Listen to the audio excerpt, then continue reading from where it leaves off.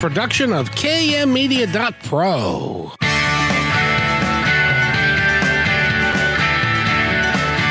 Welcome back to Positive Talk Radio. Our goal is simple: to explore evolving ideas one conversation at a time.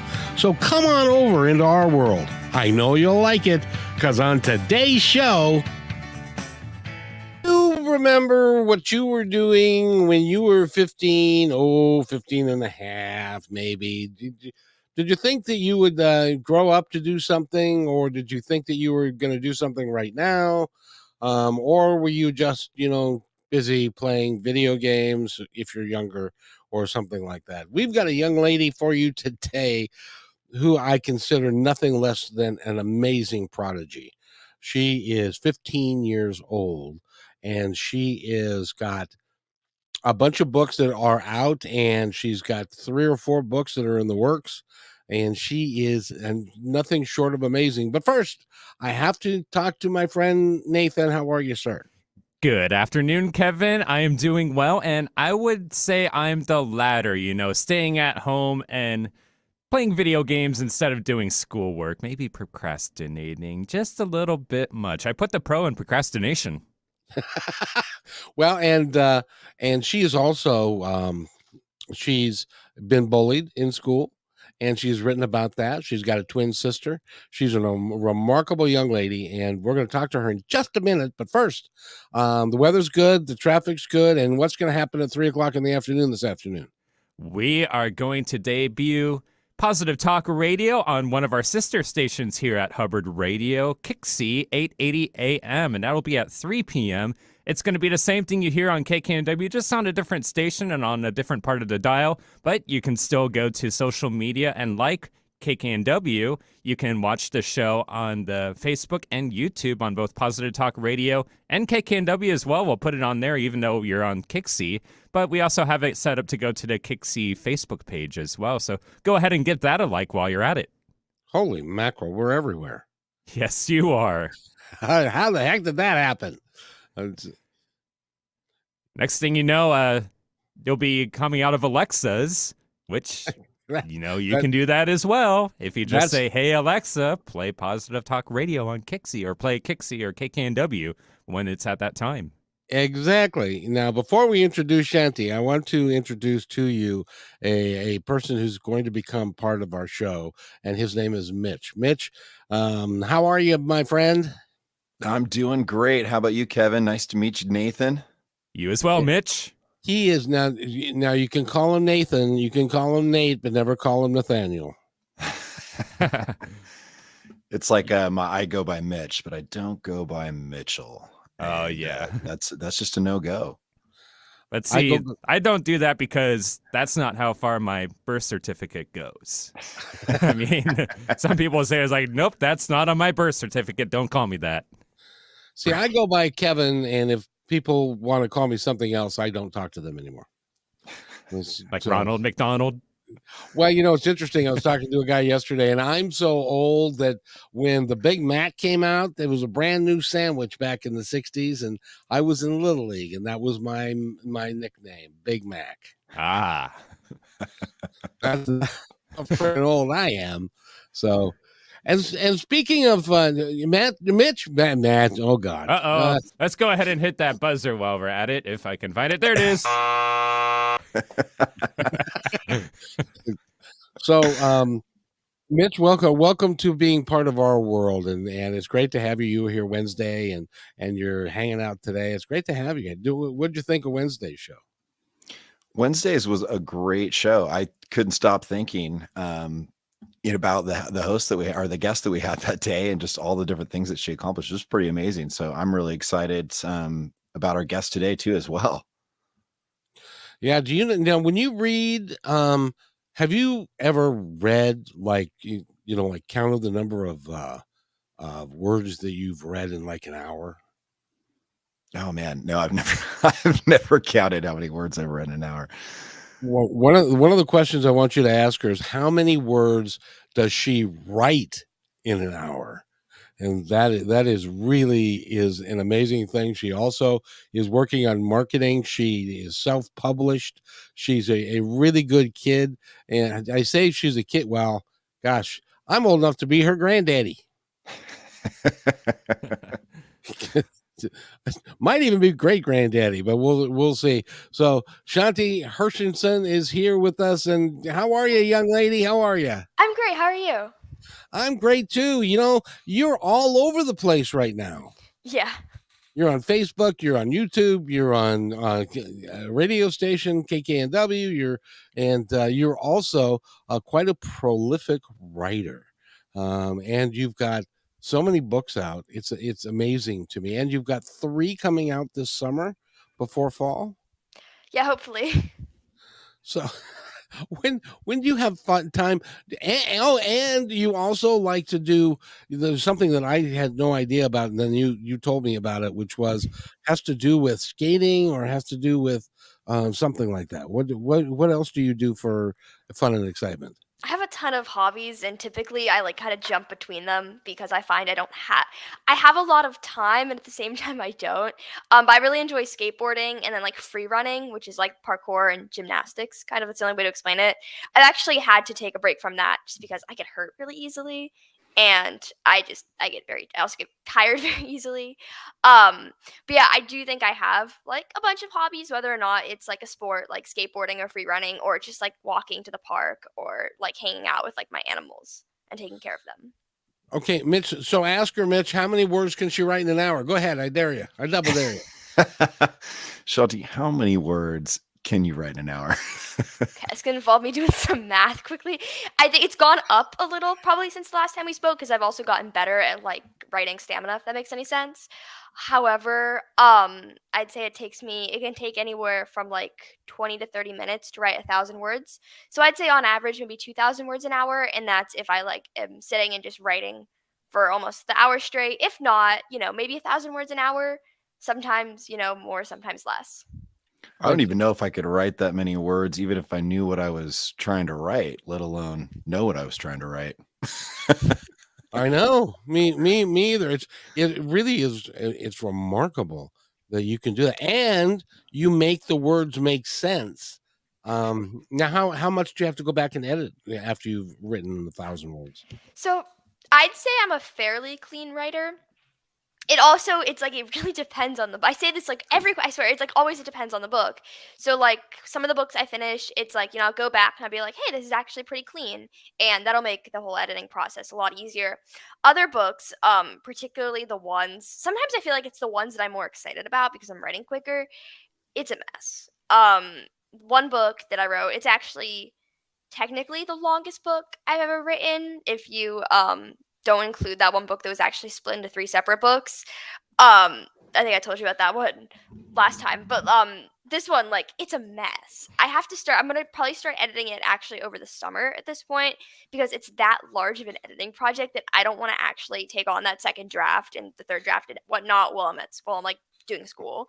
But it's all over. It's insane. But then there are other books where it's like it's just really clean. I can read through them and actually not have to reword a lot of paragraphs. So, What's the editing process like for you? it's chaotic. So, usually what happens is I go through and I do a draft or 2, or 3 on my own where I try to rewrite parts of the story that I think could be better. I try to add scenes and add more development to the characters and just make everything sort of like cohesive. And then I also go through and make sure I can catch as many errors as possible and like other things, plot holes, whatnot. So I have to try to read it as if like I'm the reader and not the author. And then I work on it with my writing coach, and she just helps me with like the proofreading and then making sure like everything makes sense. Because sometimes there are things in the story or like lines or like even just whole plot like lines that make complete sense to me, but then they like won't make sense to another reader because I'm the one that wrote it, so naturally it's going to make a lot more sense to me than like other people. But it's also important to catch that so that the story is actually cohesive to everybody else. Our first interview together, you said you've been writing since you were carrying crayons. Yeah. I'm not kidding. That's what you said. And so how old were you when you started writing? I'd I'd say so. My earliest memory of actually like sitting down and trying to write something was maybe around 5 years old. I do remember, come to think of it, I do remember things when I was younger, maybe when I was like 4 years old, even 3 years old. However, it's not very, it was mostly like pictures because, when you're a little kid, you can draw more easier, like actually significantly more than you can actually write. And it took me a really long time to be able to actually like handwrite my own name. Like I think it was like halfway through kindergarten, I actually learned how to write my name. It's kind of embarrassing. Um, so I used to, when I was really young, just draw these like series of pictures, but they were trying to tell a story. So it's like in some way that is writing, it's just not like with words. And then as I got older, of course, I started using computers because I cannot handwrite things very easily. I have like a couple short stories I've written that are handwritten and they're not readable. I feel like you would have been really good at storyboards in school, where it was just pictures of the story. Arnie, have you done that? Couple times. We had a project at school where we had to do a storyboard. I don't remember what mine was. It was a while ago. I'm not a very good artist, I have to say. So it's like, now I'd much prefer just actually writing out the story than drawing it because if you see my drawings, they're less legible than my handwriting. Well, what's interesting about you and Mitch, it's one of those mysteries of life that you just don't understand because she can come up with an entire book in her head before she sits down and writes it, and then it becomes the story. And the longest book that you've written is 800 pages. Yeah, that was the one that had to be split into like 3 separate books. So now, like the longest like full like novel that's not going to be split is like 600. I think it's this one. I have it right here. The cover's not final. It's just my thing I designed to get the printed copy of it. So yeah, I've written some really long ones. If you are not seeing this on video and you're just listening to this on audio, that book has to be close to 2 inches thick. Yeah. It's amazing, and it's what size font do you use? Depends. That one I believe is like so the format I use doesn't do it based on fonts. Like fonts like size, it does it like just with like it's kind of hard to explain. Because there's like certain I feel like, it doesn't let you do one super big. So I'd say it's like pretty average for like most published books. I don't know the specific. It's kind of silly. But I can kind of show you the interior. It's like it's slightly spaced out, but also it's like this. You, I just had, I was just now. Mitch has got a 15-year-old kid. Mitch, can you get your son to sit down and write a book or read a book like that? No way. I can barely get him to do his homework. So it just struck me that there are kids your age. You've written the book; they can't even read what you've written. Yeah. It's just phenomenal, and I love to talk to you. You are a great kid. I'm so sorry that you went through a period where you and your twin sister got bullied in school. How's that going for you now? So I'm not at that school anymore. So because middle school ended. Now I'm in high school, and I'm at a new school. I can't say there's not bullies at this new school, but it's not nearly as bad, and not like nothing really has happened to me in particular. So I'm definitely a lot luckier now. I'm in a better environment than I was a year ago. Good. And I'm still talking about bullying sometimes. I still try to, promote those books because still I think it's a topic that needs to be talked about. It's just in some ways it's harder to do my anti-bullying work now that I'm not in an environment that actively needs the help. Mm-hmm. Well, and a lot of your books now are getting more sci-fi, aren't they? Yeah, for the most part, the books I write are science fiction. That really long one I just held up. That's actually a fantasy. It's like high fantasy. That was my first time since I was in 7th grade, I'd say, writing fantasy. And like fantasy involves like so much like world building that's probably why the book is so long because there's so much that needs to be like explained and like gone through compared to like my sci-fi books, which primarily take place on Earth. So that was like a completely new experience. But yeah, for the most part, I am still like writing sci-fi. How's your sister doing? She's doing pretty good. She's Good. at a different school than me again, but it's Oh, that's too bad. So she's in obviously the same grade, so she's in high school as yeah. well. That's too bad that you're in different schools because you Mhm. guys would have each other's back, as it were, Yeah. like you did in middle school. Yeah. Yeah. So good. So since the last time I talked to you, where do you see your life changing? Where is it going? I know you're still self-published, and but I gotta believe that you've got people knocking at your door saying, we could publish this for you. Yeah, so right now, like I think I mentioned this, like the plan is I just want to build as big a platform as possible. And then I have some books on my backlog right now. Actually, that fantasy one that I mentioned is one of them that I'm considering once it's done editing, actually querying for and trying to get an agent. I think the thing is I've done well enough on my own that I'm worried that, like, for example, like a smaller publisher or just a lot of publishers, there's not a lot they can offer me that I can't already do. And there's like that loss of rights. It's kind of scary because then I don't actually kind of have the creative rights to the book anymore. I mean, creative rights it's complicated. But I do really want to get traditionally published at some point just because at the same time, I think there are some opportunities I could have, such as, film contracts and a lot more book events, even though I do quite a few book signings now. But there's just all this stuff that like I want to try to um you know do that maybe I can't do as easily while self-publishing. So I think it's definitely something I see in the future. Other than that, I want to go to college and I don't know what I want to get a degree in yet, but I'm also really interested in screenwriting. So I think that's also something I could do when I'm older along with writing novels. Really, there's like so much that I can do just as a writer. Where did you come from? Well, that was going to be my next question is what do you see yourself, what else do you see yourself getting into with all this experience that you've driven up, writing all these books and screenwriting? That's really cool. I might need to have you help me on some stuff on the screenwriting side because I have a lot of ideas, but I don't know that how good I'd be at actually doing the writing part. So Yeah, and Mitch is an actor, and so he's done some work doing that and stuff, and he'd love to get into the profession of doing what you're doing. And if I can give you one little piece of advice, and that would be, don't sell yourself to a publisher and sacrifice your right to be and to do whatever you wish to do. Yeah, because I have to be careful with like the contracts. Because say I sign a contract that's like you can't self-publish any books, then it's like it's going to limit the amount of stories I'm able to tell.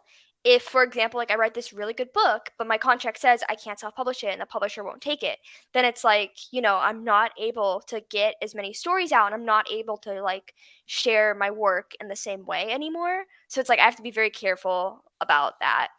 And you know I don't want someone like I want to write a story, and of course I want feedback on it, but I don't want someone to tell me like, oh, that's not going to sell, you can't publish it, because honestly with like good marketing, you can really sell anything. So Exactly. I was talking with somebody, and this is for both of you.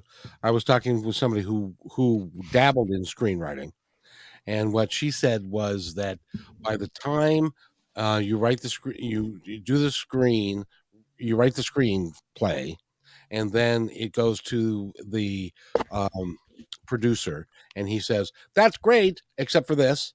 So then you go back and you change that, and then it goes to the director, and he said, "That's great, except for this, this, and this."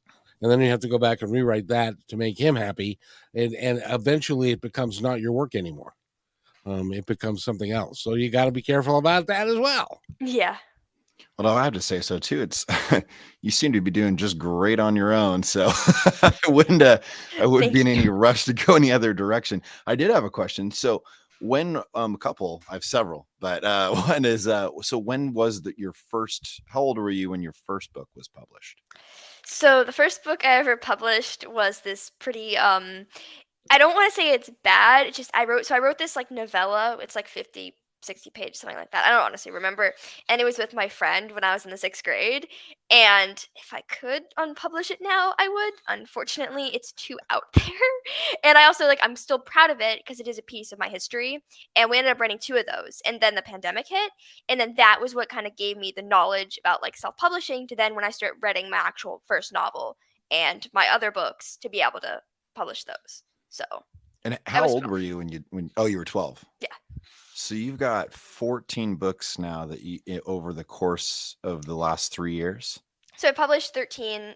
Number 13 just came out a few days ago, maybe a week or 2 ago, and then I have about a dozen more in the works. I'd say something like that.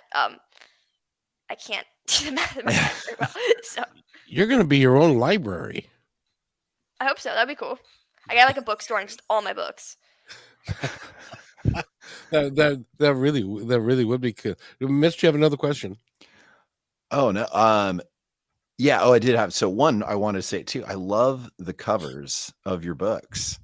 They're they really capture. Just they make you want to read it. I'm looking at them all these are so cool. So how do you come up with the covers for these books? So typically I let the cover designers have a lot of control over the covers. Right now, I think the majority of my book covers are done by this really excellent company, Beyblading. I really hope I'm pronouncing that name right. They're in Ukraine, and they design beautiful covers every time. Typically what I do is I give them the basis of the book, what it's about, the characters, and maybe something I want to see on the cover. Sometimes I'm just hey, this is what my book's about, you do you. I don't really mind. Other times I have a really kind of solid concept, and I'm hey, can we do this? And then they deliver that. So really, I guess it kind of a lot of it is really them. I don't honestly come up with these cover ideas very much. When I do, it's just all them. They're the ones that kind of put it together, and they're the ones that end up creating this really beautiful idea. Because sometimes a lot of my cover ideas are really messy and chaotic. Well, I love them. So don't get rid of whoever you have doing them. They look awesome. Well, not everybody can do everything perfectly well, but you're the one who's coming up with the ideas and putting it forward. Did you actually tell me or tell us just a minute ago that you have 12 books in your head? So right now I have written 22 full-length books, and 13 of those have been published. So I guess I have 9 more books on my backlog that are being edited and waiting to come out. Is your editor getting tired? I hope not. Because so you've got 22 books in, and you've been doing this since 6th grade. Yeah. And while you're in school. I imagine your grades are pretty good. Yes. Yeah, I think so. Well, it doesn't matter because you've got another career already lined up for you. But I'm sure it's good. So, in school, what kind of reputation do you have with your classmates? I think a lot of them are think I'm really, really, really smart. Honestly, in subjects other than humanities-based subjects, I'm not as good at. So there are a lot of kids that are yo, you're really smart. Can you help me with math? I'm no, I don't know. I don't know math. So it's I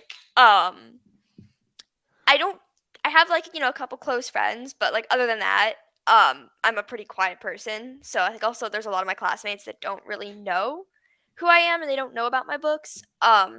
It's weird because at school, I don't talk about it very much. Maybe I mention it to my teachers. I have I think one of my teachers literally does not know. It's kind of funny. But I'm also kind of quiet about it because I have a couple classmates who are kind of mean to me about it. So what? Okay, how can they be mean to you about writing a bunch of books? There's this one kid, and this is gonna sound so. I really hope he doesn't listen to this, but he probably won't. I don't know how he found out about me. I guess he follows me on social media, but he will he will come up to me with his group of friends and be ha ha ha, oh my gosh, it's the famous author, and then start reciting my bio and stuff. But he does it every time he sees me. It's how many books have you written again? But he does it every single day. So at this point we're oh, he's trying to make fun of me. It's not really working because I don't understand how that's a really how you can make fun of someone for that. It doesn't really bother me, but it's like slightly like annoying, but it's really funny. So Sounds like the 15-year-old boy has a crush. probably. That's what I was gonna say. I mean, he's going through a lot of work here just to know a lot of information about you and quoting your books. I think you have a fan and maybe a little more. Yeah. So how often do you get out and but first of all, how many books have you sold? Do you have any idea at all? Think so. Oh gosh, I like don't know off the top of my head, but quite a few. I think I've done extraordinarily well, both as an author and for someone my age. Really, again, it's like all marketing, and it's like all I really have to do is just like keep promoting myself, and then those sales come. So I don't know the exact number, but it's a lot. Shanti, I can tell you this. I've been doing this a while. And you are the only 15-year-old writer with the chops that you have to be able to write the way that you do I have ever met. Thank you. And I get a lot of books to review and a lot of books to be on the show. And so by the way, if they want to go to your website, it's go ahead and give us your website. So my website is shantihershenson.com. That's ShantiHershenson.com. I really hope I. And what are your parents? I talked to you about your parents before, but they just must still be just over the moon with. Yeah, they are. Are both of them writers? No, I think my mom has written like a children's book, but she hasn't published it yet. But they're not like writers, as in they write novels. So what do they think? Where did you come from, young lady? I think they're both like immensely proud. It's gotten like it's kind of interesting because so I started writing my book like really seriously during the pandemic, so it's like a really kind of blurry time period for me. Like I don't exactly remember much off the top of my head, but I think it was kind of a surprise because also for a few weeks I didn't tell them that I was writing a book. I was just like, I started writing it and I was like, but I don't really want to have to talk about it. And then one day I remember like we had relatives over and I was like, hey, so I'm writing this book. Can I read you guys the prologue? And everyone was like, what? And now here we are. So, I ask them occasionally, it's like, what do you think? So I know they're like really proud. But I also feel like it did kind of come by surprise. It's really not fair because when I was 15 years old, I didn't even know what a prologue was. So, but we're talking with Shanti Hershenson, right? Yeah. And you'll have to forgive me. English is my third language. But we're talking with her. She's an author. She's written 14 books. She's got another 9 books that are in process.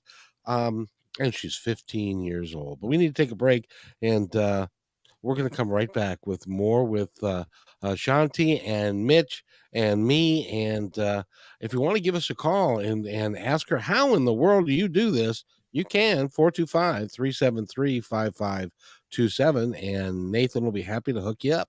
We'll be right back after these messages. Hello, everybody. If I could have your attention, please. I have an important announcement to make just for you. As you may know, PTR is heard and seen on radio, KKNW, and now Kixie, several websites, podcasts, YouTube, Twitter, Facebook, and most social media. At PTR, we believe in working together to make the world a better place, and because you're listening, we know that you're dedicated to the same. So we'd like to support your efforts by offering an outstanding multimedia package for you at a deeply discounted rate. As our partner, you'll receive commercial creation, both video and audio, at least 10 commercial plays per week, a monthly show to highlight your business and passion, exclusive website positioning with links, video shorts for social media, commercial plays on all shows, podcasts, KKNW, and Kixie. Your commercial is embedded into each episode and as a podcast is sent to over 50 different platforms. All shows are performed live and sent to Facebook, YouTube, and Twitter and stay there forever. Your podcast episodes are provided to you to use as you see fit. This one-time offer is only $250 a week based on a 13-week commitment, and as our partner, we are vested in your success and will do everything in our power to make it happen. However, there are limited spots available, so don't hesitate. Please email me at kevin@kmmedia.pro. and let's get the ball rolling.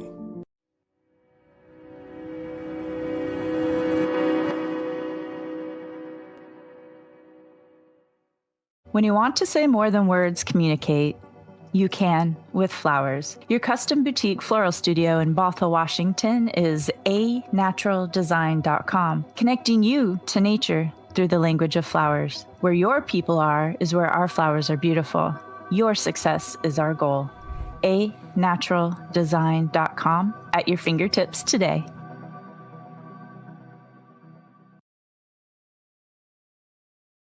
Hey there, I would personally like to thank you for making Positive Talk Radio part of your day. Whether you like podcasts or the radio show, we're glad to have you along. I'd love to hear from you with thoughts about the show and ways that we can make it even better. You are the reason we do these shows, because the more people we can touch, the better we can make the planet and our time here just magnificent. Please contact me, Kevin, at kmmedia.pro with any thoughts, comments, or suggestions, and thank you for being in my dream.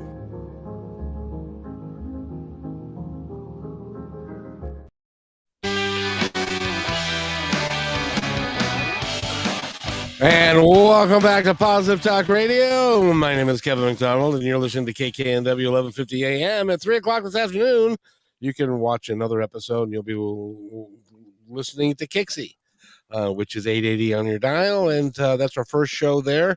We have at 3 o'clock, we have a coach who is I just lost my mind. Is Mitch, what is she? Oh no. I don't know the best way to describe it. So she's she's an intimacy coach. That's what it is. I don't get much into intimacy, but our guest today is Shanti Hershenson. Say that for me, Mitch, please. Hershenson. Well, see, Hershenson. So I said it. There you are. And she is a prodigy. Then, does anybody call you a prodigy at home? Sometimes, not much, but like. What does that mean to you when somebody says that to you? It boosts my ego. I don't know. It's like that's such an interesting word because like the existence of like literary prodigies is so like debated in the writing world. So it's like on one hand I'm like, yeah, I'd love to be a prodigy, but then I get scared because people are like, well, technically that doesn't actually exist. So it's like this really complicated thing. But it is fun to hear. Why doesn't it exist? So it's like it's so weird because like the definition of a prodigy is like someone who like has like mastery level, like expertise in a subject while they're like, really young. But like technically writers don't usually like get like really, really, really good at their work until they're in their 30s. So it's like it's so weird. Because on one hand, I'm like, well, I think I'm pretty good. But on the other hand, it's like, I'm like, I don't know. I have a lot of work to do.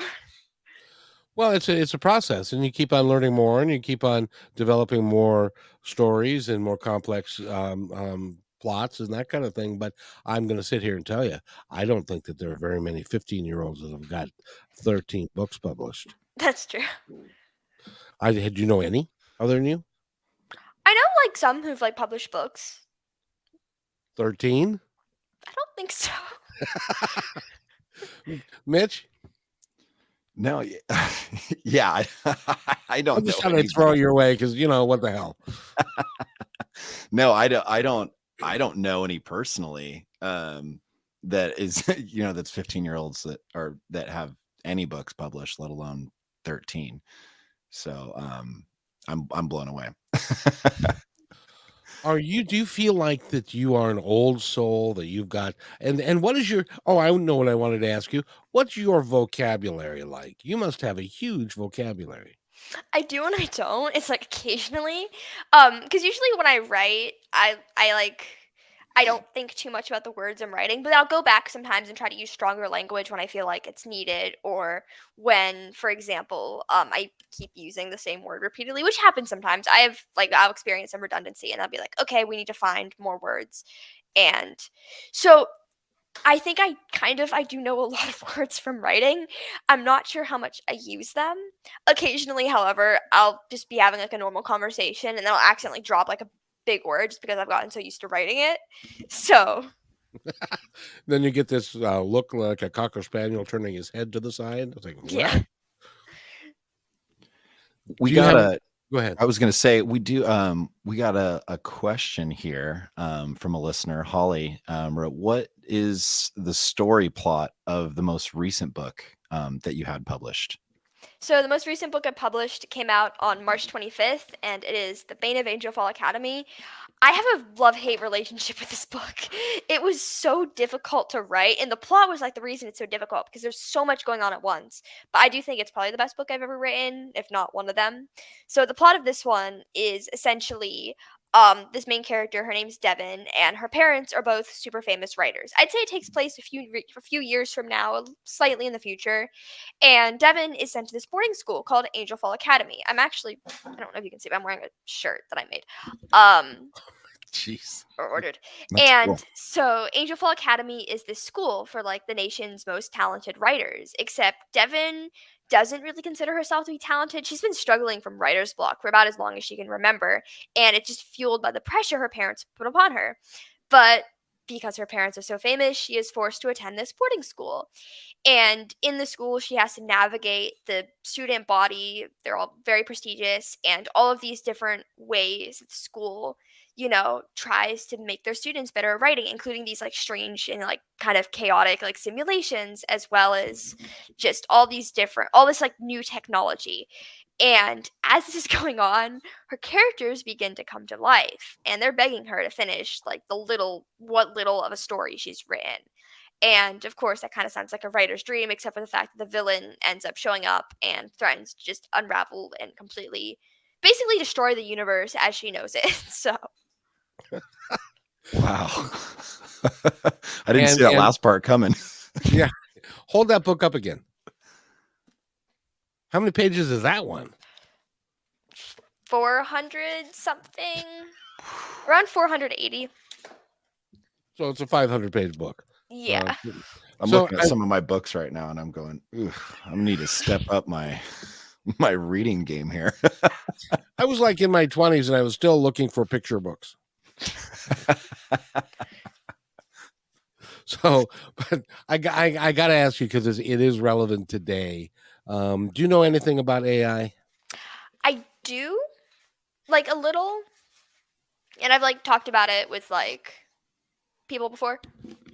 What do you think the future of AI, how will it impact books and authors and writing?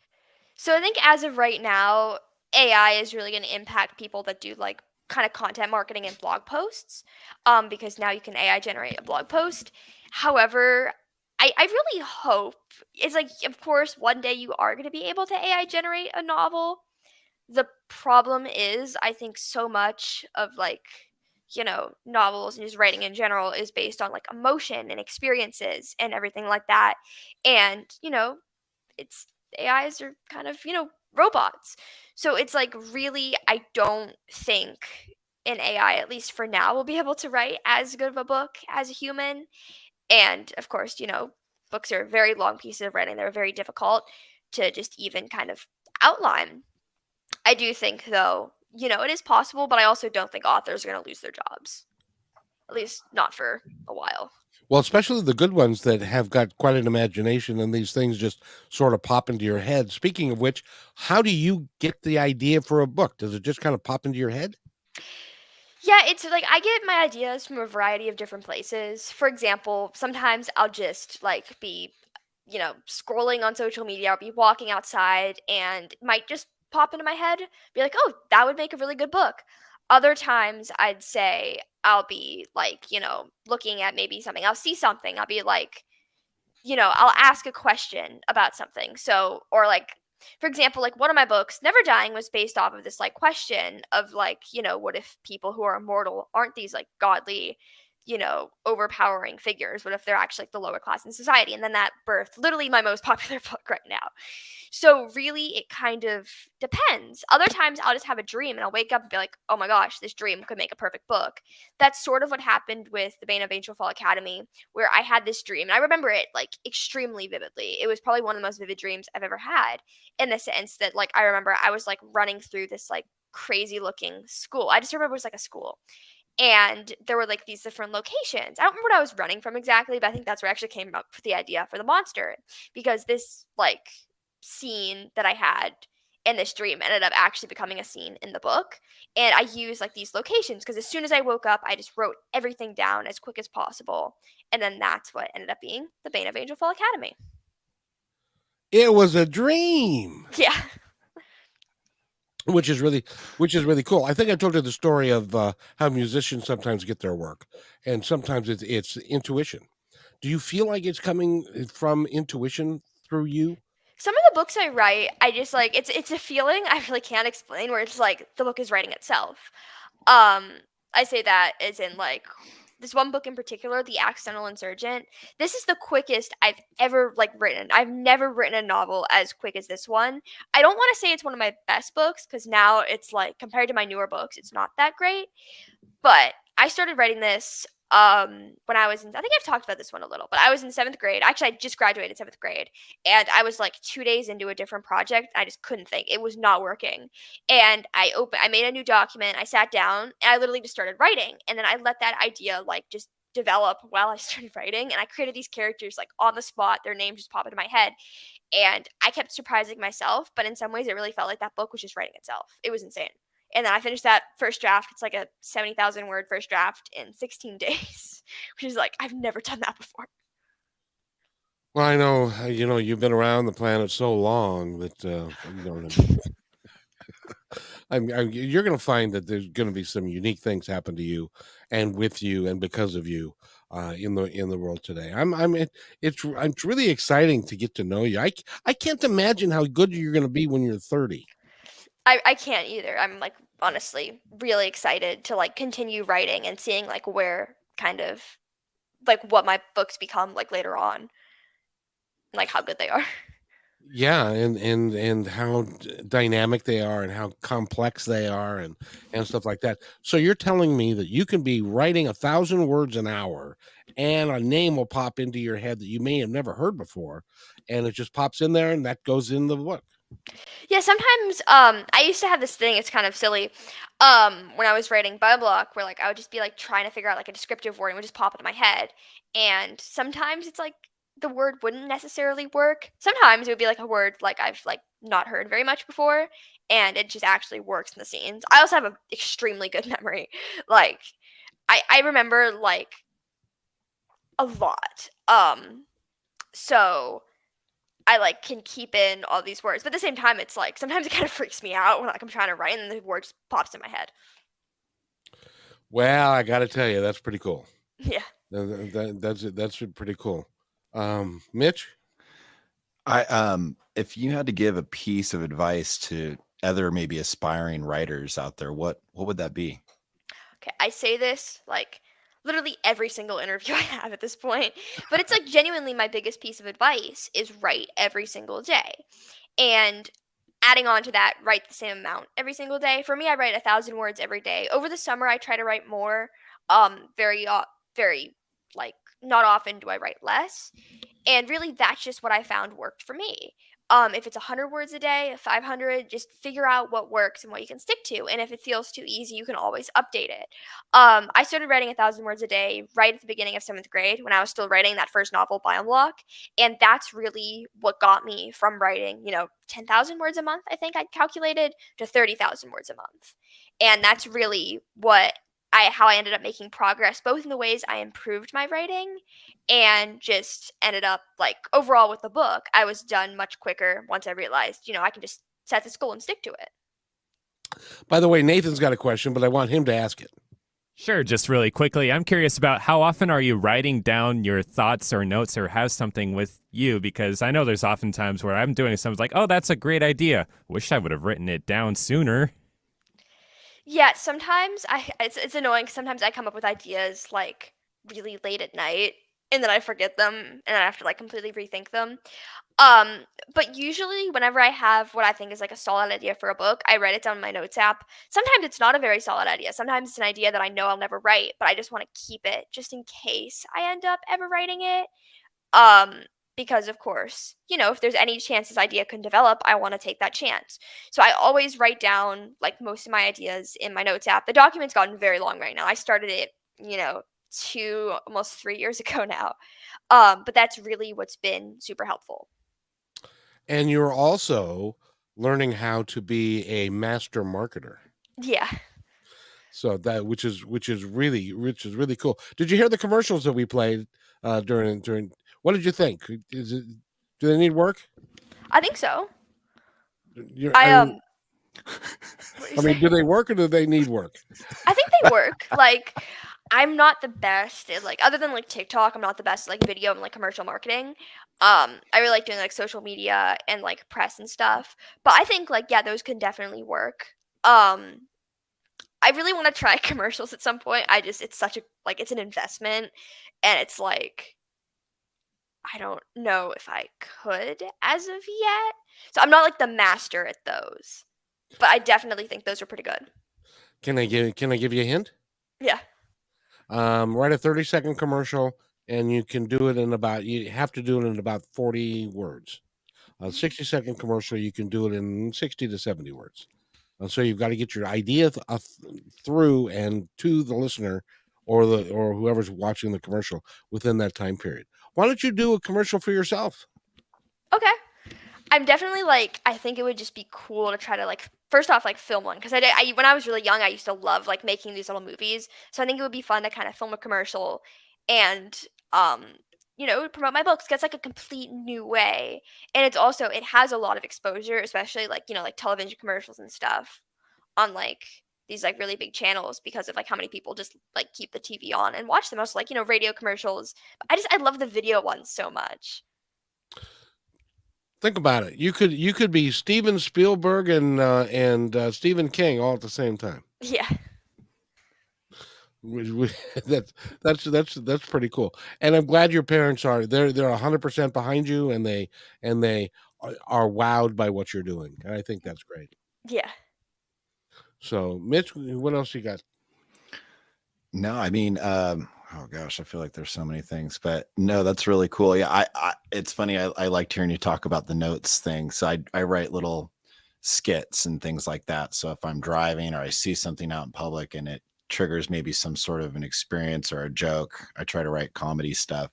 And if I don't put it in my notes app on my phone right away, I'll forget it. If I'm like, oh, I'll get to it later, I will stop what I'm doing. I've been in conversations with people where I'm like, hold on one second, I have to write this down, because if I don't write it down right now, it'll be gone. And I've had it, whether I'm in the shower or I'm driving or this and that, and I'll have to do it right away. So it's it's funny to hear you say that. So no, that's really cool. Now, have you thought about writing comedy? Or let me ask you, are any of your books comedy? Have you thought about writing one? I've definitely thought about writing a book that has more of like an amusing kind of point of view as opposed to like darker. However, so many of my books right now are just really dark, so it's like kind of hard. But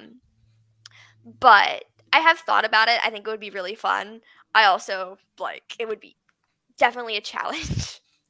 I got a question too. Who would on that topic, with you do have a lot. I'm looking at these books and they all have a pretty same genre, and you write very much the same. Who would you say is your biggest inspiration when you're writing? I don't know. I have so many different answers to that. Because it's like, that's such a good question. I don't really know.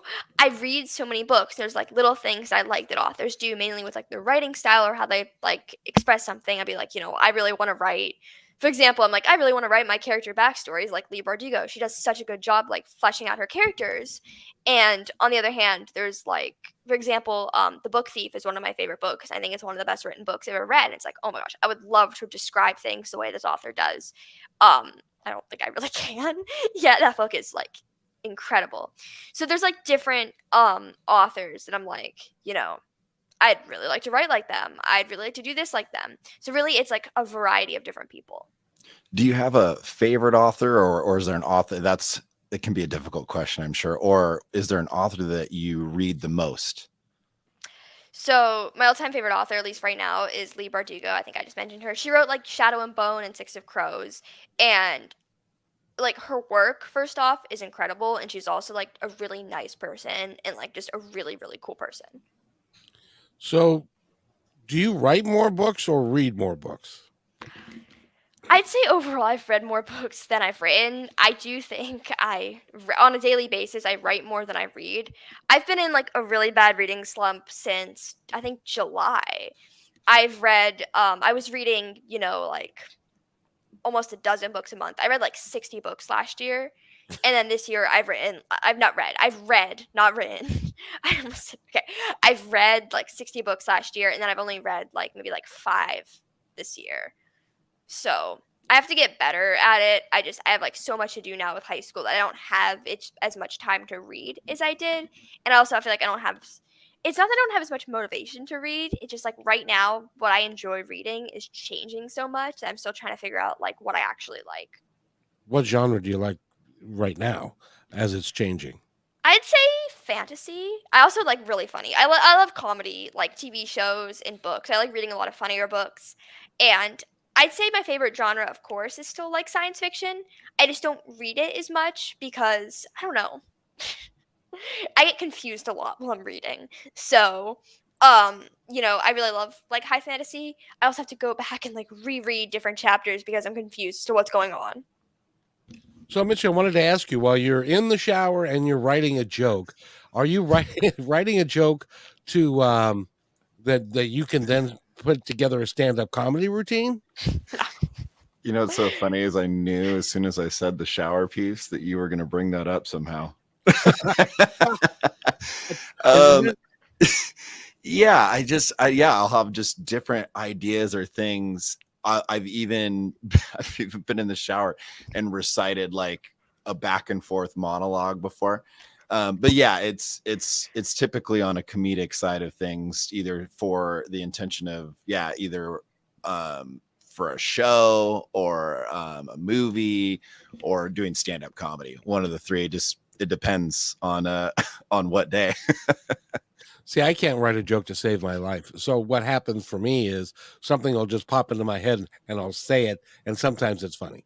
And that's sometimes it's not. Sometimes it's rather embarrassing, but that's besides the point.